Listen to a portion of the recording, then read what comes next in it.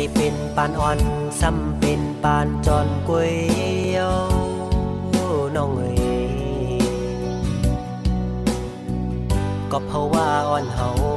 เหมือนกันแล้วตาสู่น้องเสือปอน้องแทบดาดเส้นเจอยาวหักอยู่ก็หูตีเลยลืม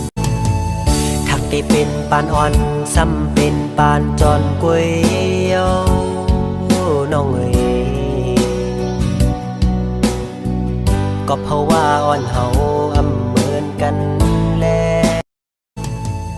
ทักได้เป็นปานอ่อนซ้ำเป็นปานจอนก๋วยน้องเอ๋ยก็เพราะว่าอ่อนเฮาเหมือนกันแล้ว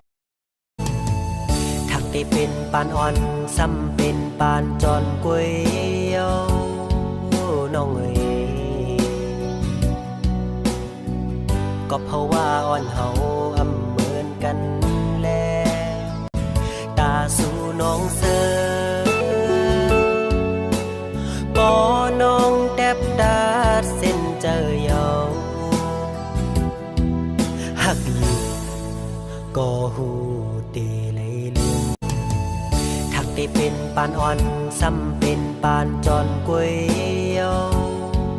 น้องเอ๋ยก็เพราะว่าอ่อนเฮาเหมือนกันแล้วทักได้เป็นปานอ่อนซ้ำเป็นปานจอนก๋วยน้องเอ๋ยก็เพราะว่าอ่อนเฮาเหมือนกันแล้วทักได้เป็นปานอ่อนซ้ำเป็นปานจอนก๋วยน้องเอ๋ยก็เพราะว่าอ่อนเฮาเหมือนกันแล้วทักได้เป็นปานอ่อนซ้ำเป็นปานจอนก๋วยน้องเอ๋ย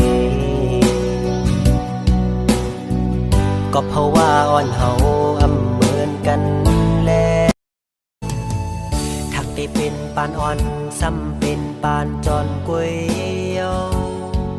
น้องเอ๋ยก็เพราะว่าอ่อนเฮา